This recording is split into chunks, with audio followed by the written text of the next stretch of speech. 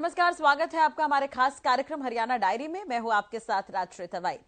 इस कार्यक्रम का एक ही उद्देश्य है कि आप तक हरियाणा के हर उस विकास की जानकारी पहुंचाई जाए जो मुख्यमंत्री मनोहर लाल के नेतृत्व में लगातार की जा रही है। तो बने रहिए हमारे साथ और देखते रहिए हमारा खास कार्यक्रम हरियाणा डायरी।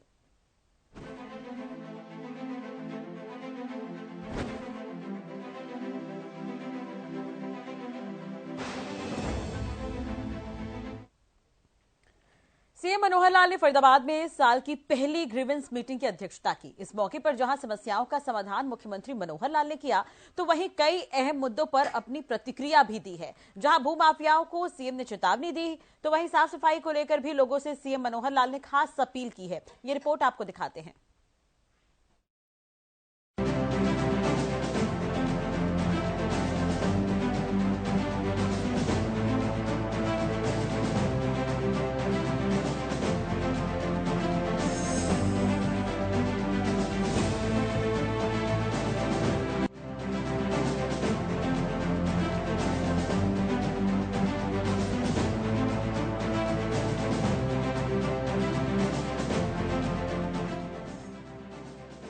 सीएम मनोहर लाल ने साल 2024 की पहली ग्रीवेंस कमेटी की बैठक की अध्यक्षता की। बैठक में मुख्यमंत्री मनोहर लाल ने परिवादियों की समस्याओं को सुना। इस बैठक में कुल 16 परिवाद रखे गए थे, जिनमें से अधिकांश का मौके पर ही निपटारा कर दिया गया। मुख्यमंत्री मनोहर लाल ने बैठक के बाद बताया कि 16 समस्याओं में से 11 का मौके पर ही निवारण कर दिया गया। बाकी 5 मामले पेंडिंग रखे गए हैं।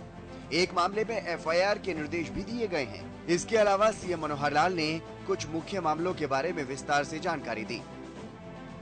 ये इस वर्ष की पहली ग्रीवेंस मीटिंग थी और इसके अंदर कुल मिला के 16 ऐसी ग्रीवेंसेस आई थी।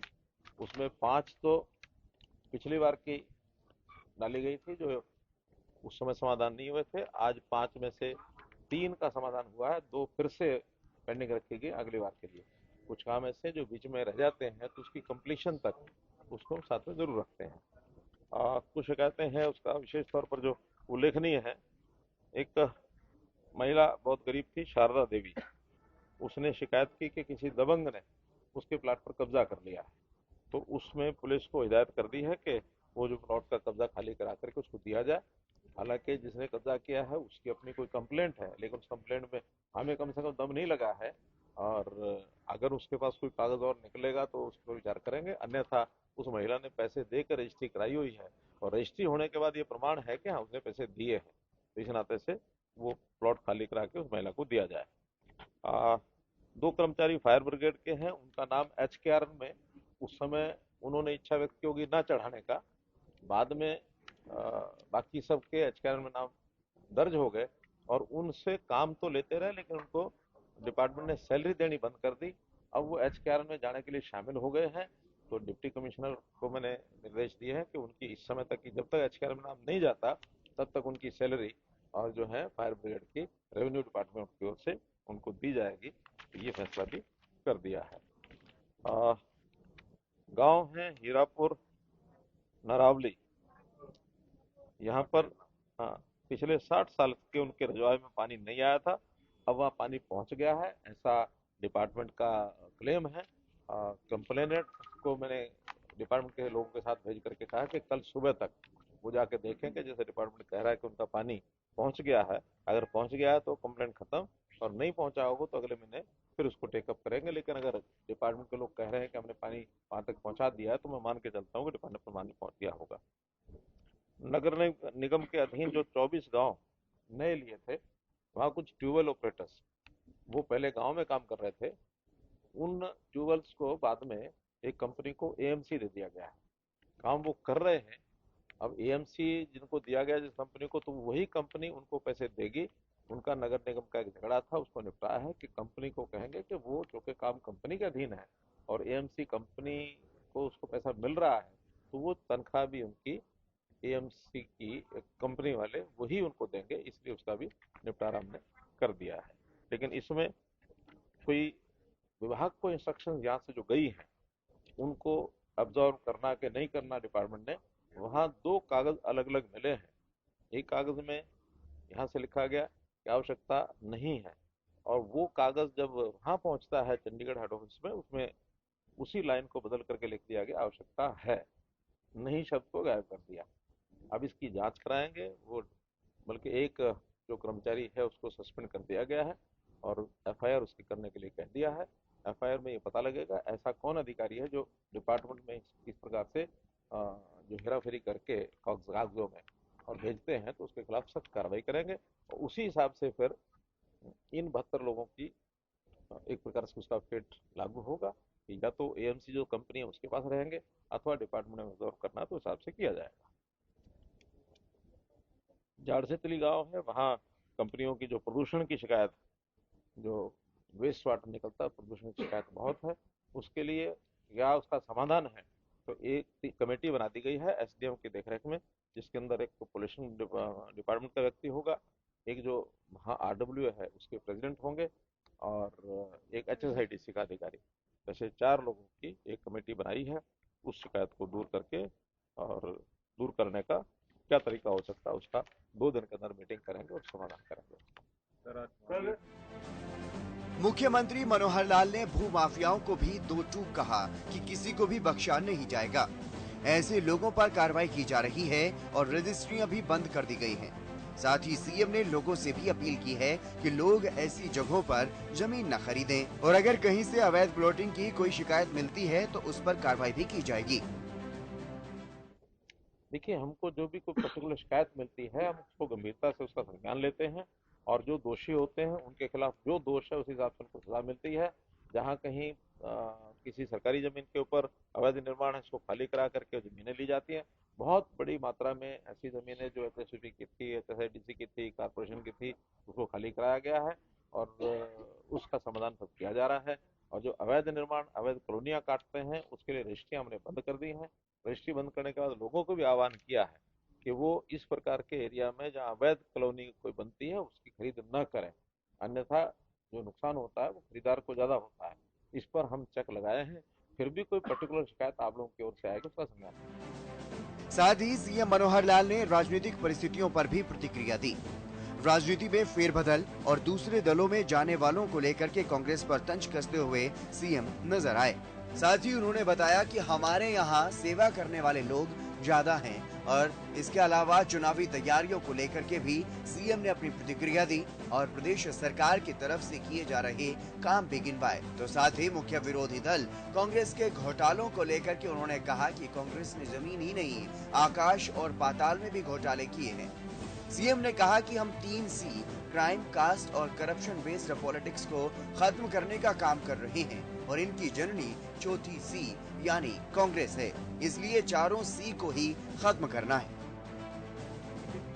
भर्तियां कोई बंद तो नहीं की, लेकिन हर एक का अपना अपना एक कार्यक्रम होता है। हमारी अपनी रणनीति है, उनकी अपनी रणनीति है और जो उन्होंने भर्ती कर रखे हैं वो, अब मैं उसके बारे में टिप्पणी को करना नहीं चाहता। सब हमारे साथी मित्र ऐसे होते हैं जो राजनीतिक क्षेत्र को इधर से उधर बदलते हैं, कोई योजनाएं उनके दिमाग में रहती हैं तो वो जिसको भी भर्ती करें। लेकिन हमारे पास जो उनसे ज्यादा हमारे नेता और ठीक संस्कारित नेता, ठीक राजनीति में अच्छी समझ रखने वाले नेता उनसे ज्यादा हैं, जो सेवा करने के भाव से और लगे हुए हैं।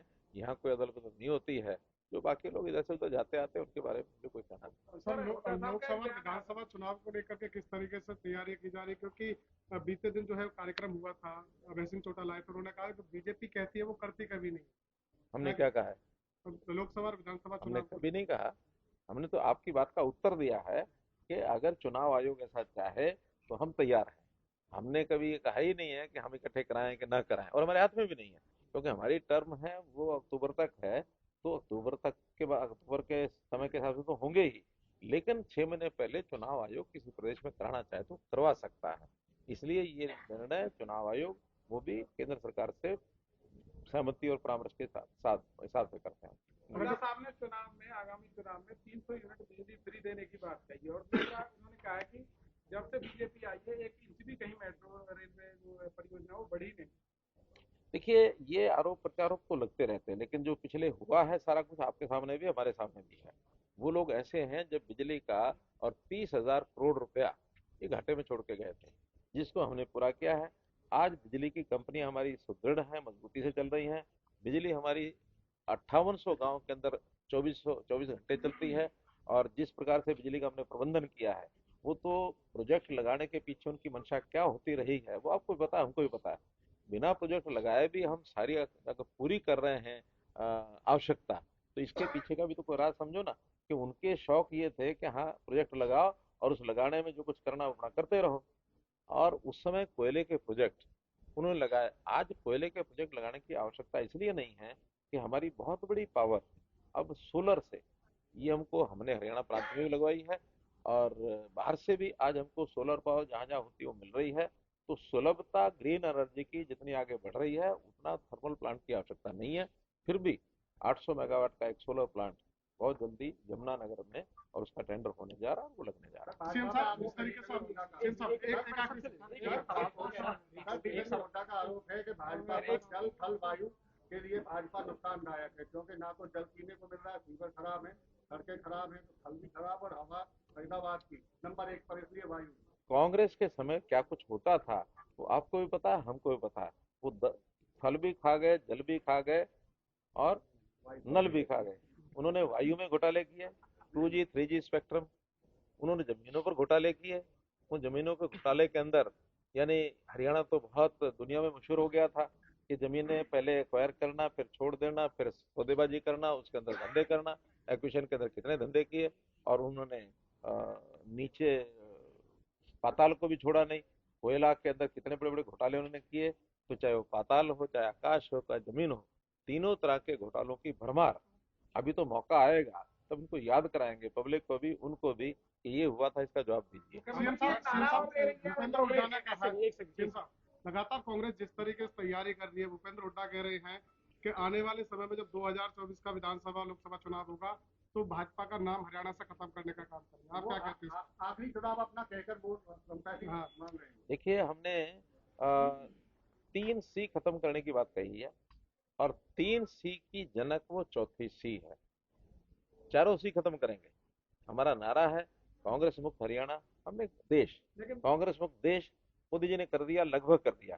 कांग्रेस मुक्त हरियाणा लगातार 10 साल कांग्रेस आ नहीं पाई, और आगे भी 10 साल और वो आने का सपना न लें।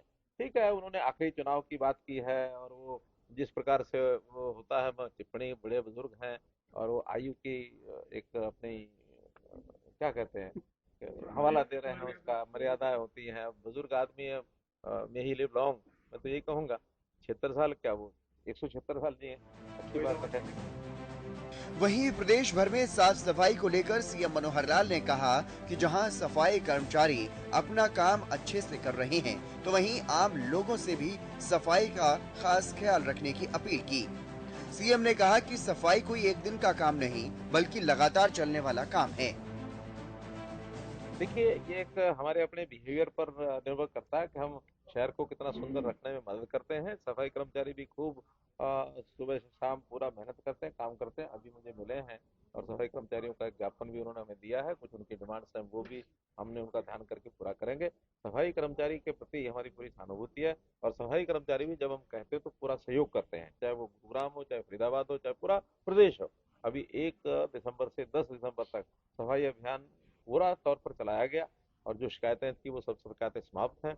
हाँ, मैं जहाँ सफाई कर्मचारियों से अपेक्षा करता हूँ कि लगातार लगे रहें, वहाँ जनता से भी मेरा एक अपील है कि सफाई में सब लोग सहयोग करें। सफाई जो है वो एक दिन का काम नहीं है, एक हफ्ते का काम नहीं है, लगातार रहने वाला काम है। और वो सफाई करने की आवश्यकता भी क्यों पड़ती है कि आखिर जो गंदगी फैलाते तो हम ही सब हैं। मुख्यमंत्री मनोहर लाल ने कई समस्याओं का समाधान मौके पर ही किया, तो वहीं कई अहम मुद्दों पर प्रतिक्रियाएं दी। इसके अलावा सीएम ने 3C खत्म करने की बात को यहां पर एक बार फिर से दोहराया और कहा कि क्राइम, करप्शन और कास्ट बेस्ड पॉलिटिक्स को खत्म करने का काम उनकी सरकार कर रही है।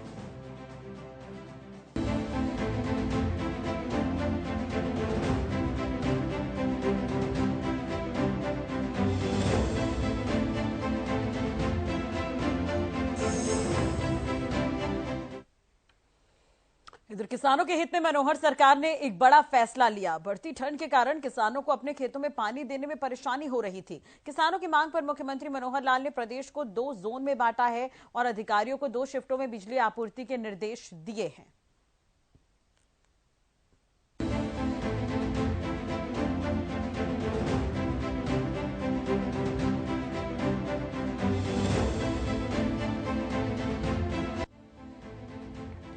मनोहर सरकार लगातार किसानों के हित में बड़े फैसले ले रही है ताकि किसानों की आय को दोगुना किया जा सके।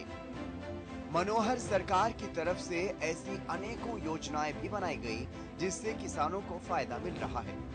इतना ही नहीं, अब किसानों को कड़ाके की ठंड में खेतों में सिंचाई करने में परेशानी हो रही थी। किसानों की इसी परेशानी को सीएम मनोहर लाल ने समझा और एक बड़ा फैसला किसानों के हित में लेने का काम किया। खेतों में सिंचाई के लिए रात में दी जाने वाली बिजली अब सुबह और दिन के समय में दी जा रही है। मनोहर सरकार के इस फैसले से किसान भी काफी खुश हैं, क्योंकि किसानों को रात में कड़ाके की ठंड में सिंचाई करने में जहां परेशानी का सामना करना पड़ रहा था, तो वहीं कोहरे से भी दो चार होना पड़ रहा था। अब बिजली की सप्लाई के समय में बदलाव होने से किसानों को काफी राहत मिली है। किसानों का कहना है कि सीएम मनोहर लाल ने किसानों के बारे में सोचा। सीएम की काफी अच्छी सोच है। किसानों को पानी लगाने में काफी दिक्कत होती थी, अब इस फैसले से काफी फायदा हो रहा है। आप लोगों को मिलेगा? हमको बहुत ज्यादा फायदा है जी। हम ठंड से, रात की ठंड से मुक्त हो जाएंगे। तो कितनी खुशी की लहर किसानों में इस समय आप देख रहे हैं? बहुत ज्यादा खुशी की लहर है जी। अच्छा, रात में क्या कुछ असुविधा आप लोगों को पानी लगाने में होती है? रात में भैया इंधारी रात है, बिल्कुल कुछ दिखे ना बाहर है।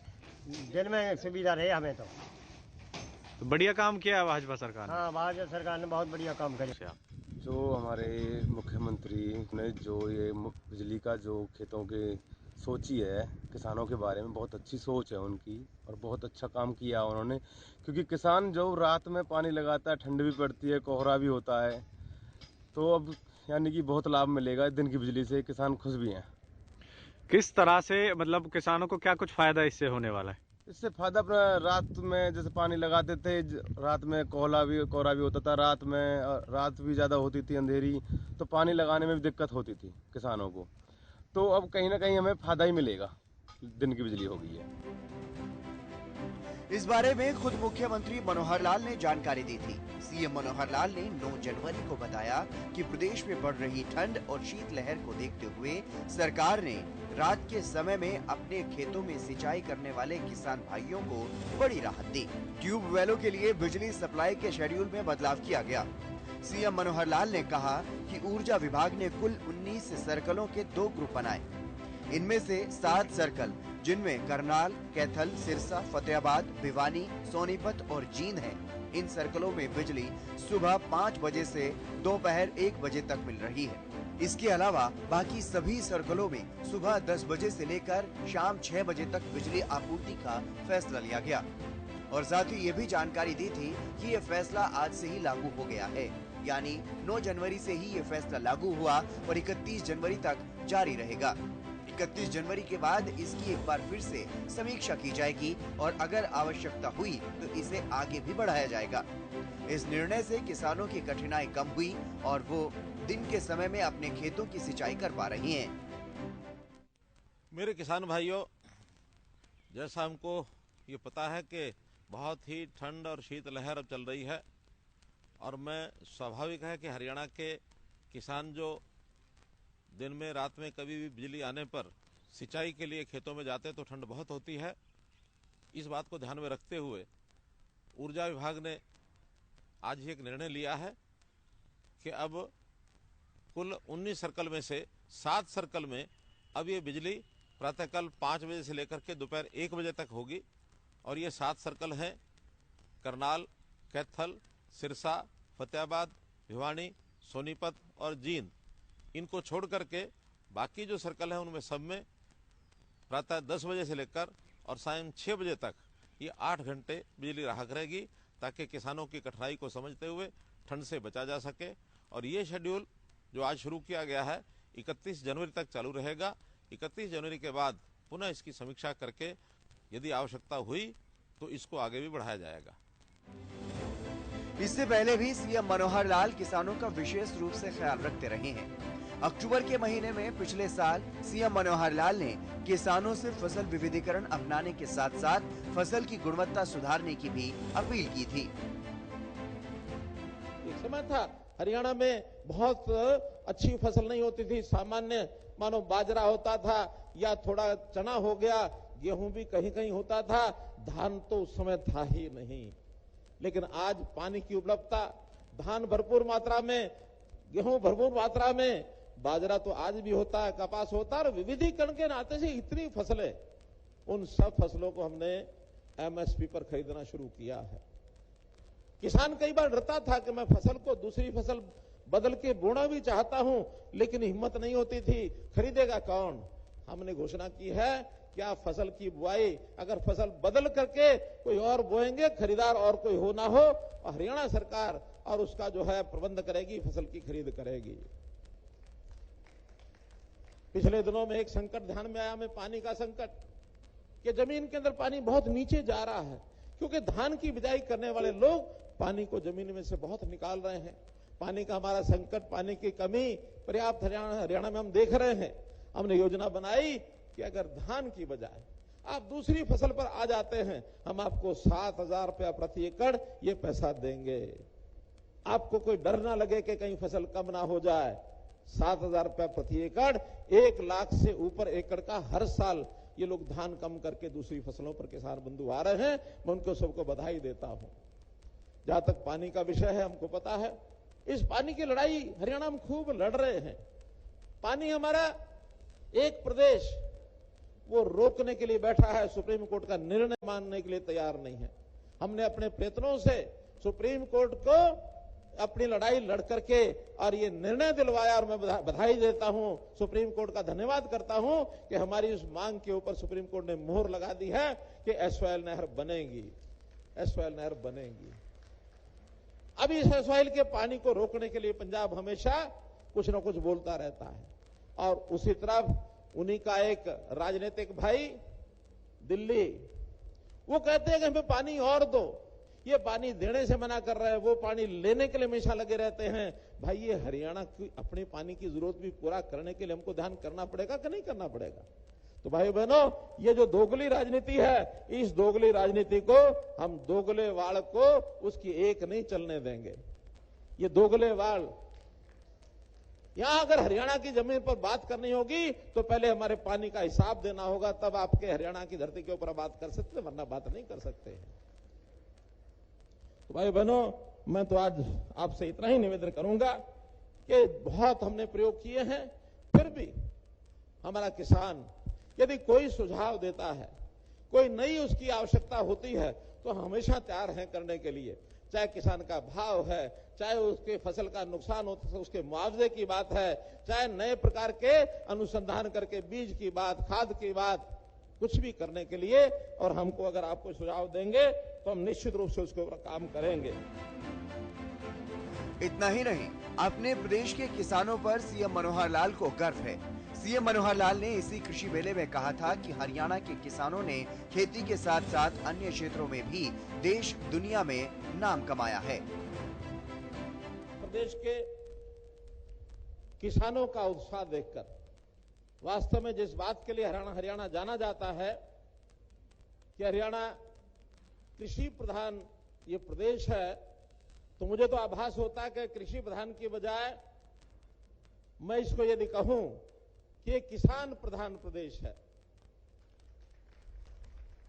क्योंकि किसान हमारा कृषि का काम तो करता ही है, लेकिन अब धीरे धीरे ऐसा ध्यान में आने लगा है कि हमारा किसान बहुत से क्षेत्रों में आगे बढ़ गया है।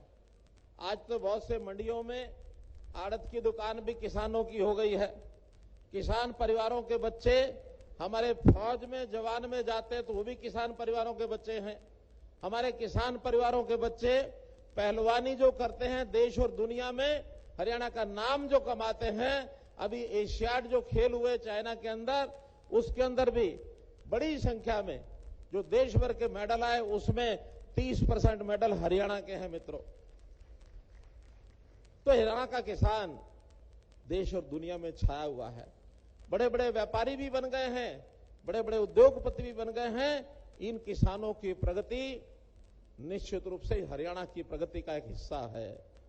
हरियाणा आगे बढ़ रहा है तो इन किसानों के बलबूते पर बढ़ रहा है। मुख्यमंत्री मनोहर लाल किसानों की परेशानी को समझते हैं, और इसीलिए अब बिजली आपूर्ति के समय में ये बदलाव किया गया है ताकि किसानों को राहत दी जा सके।